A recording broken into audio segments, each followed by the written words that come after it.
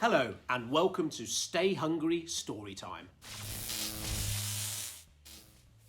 Welcome back. Bit of a difference there. I thought I'd read you a story. Christmas is coming, so why not tell you a tale rather than the usual kind of video? And this tale is about a guy called Bob, and the story's called There Once Was a Business That Relied Solely on Word of Mouth.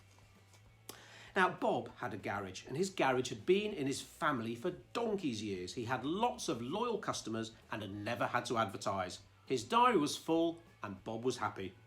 Then one day, another garage opened in the same area of town, part of a national chain. The scoundrels! But Bob wasn't worried, as again, he had his loyal customers.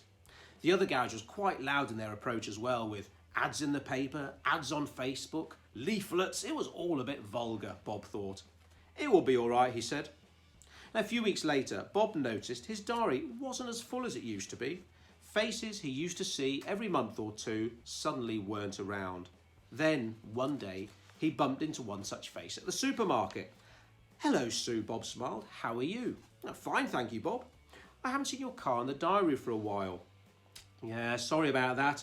Things have been a bit tight, and I noticed this Facebook ad from this other garage, and, well, they're a bit cheaper than you. They offer the same service, but again, it's a little less money.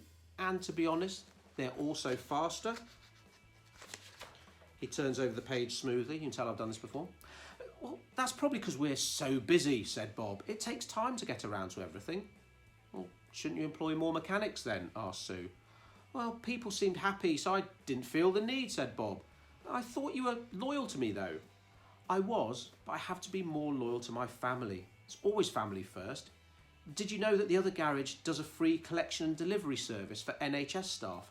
I had a leaflet through the door about that, and as my husband works at the hospital, that's another bonus."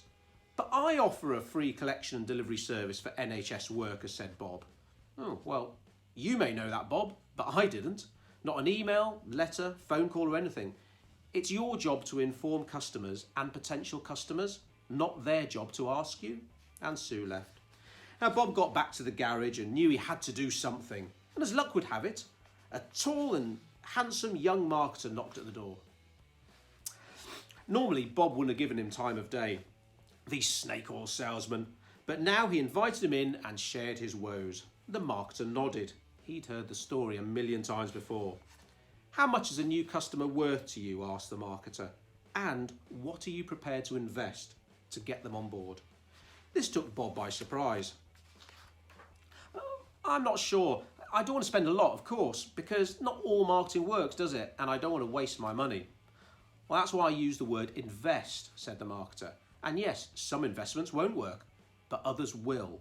You do your due diligence, split the risk, then test and measure. You move the money around as time goes on and do more of what works best for you.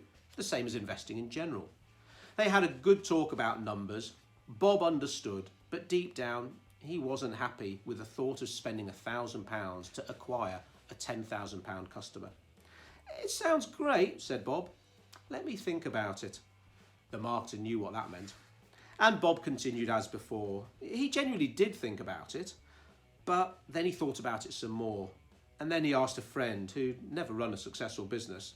He also asked his sister-in-law's second cousin, who'd watched a documentary about the evils of Facebook. Bob's garage survived the competition, but he worked longer hours than he wanted to and had to give up a couple of holidays. He kept hold of many of his customers, but not all of them, so he had to let one of his mechanics go.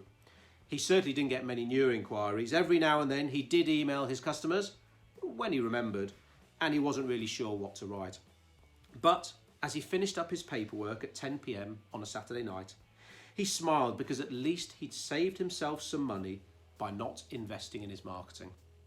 "It will be all right," he said. "People will come back. I'm a long-established family business, and it's only fair that folks support local rather than the big boys. They'll realise that. Plus, Mrs. Smith over the road says she's got lots of friends she can refer to me, and you can't beat word of mouth." Hope you enjoyed that story. Of course, it's not a story, unfortunately. It's something we see and hear probably every week. And the fact is, if you don't put yourself in front of your customers and potential customers, your competitors will. I'll see you soon for another story.